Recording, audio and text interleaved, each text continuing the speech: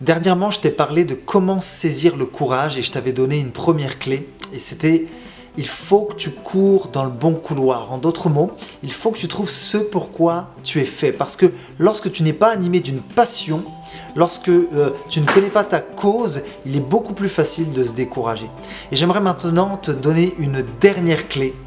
Il faut qu'on apprenne à regarder aux promesses.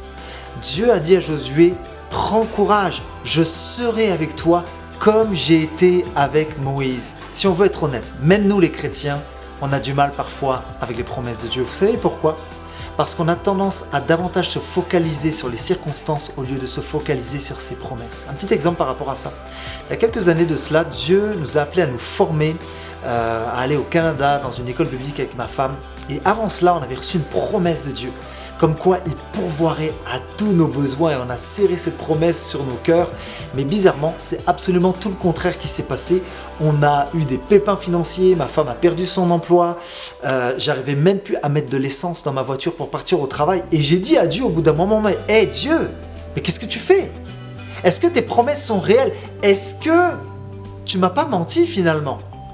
Et j'avais oublié que malgré les circonstances qui semblaient être atténuantes, ça semblait être des malédictions, mais finalement, j'ai appris dans cette histoire que c'était plutôt des bénédictions que Dieu nous envoyait. Il y a un pasteur qui s'appelle Steven Furtick et il dira ceci: ne t'attends pas à ce que ta préparation ressemble à ta promesse, parce que le lieu où Dieu te prépare le plus est le lieu qui te semble le plus inutile pour toi. Et finalement, j'aimerais vous dire ceci: on a vu la main de Dieu à tellement de reprises. Dieu nous a donné 2 voitures parce qu'on m'avait volé la première voiture qu'on m'avait donnée.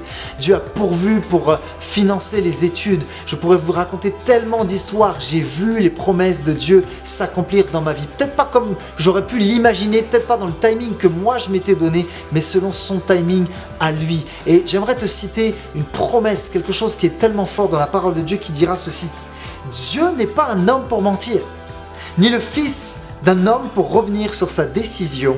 Ce qu'il a dit, ne le fera-t-il pas? Ce qu'il a déclaré, ne l'accomplira-t-il pas? Oh, peut-être que tu es dans une saison qui semble être figée, mais prends courage, parce que si Dieu t'a appelé à une mission, il te donnera tous les moyens et les ressources nécessaires pour l'accomplir. N'oublie jamais cette promesse: je suis et je serai avec toi.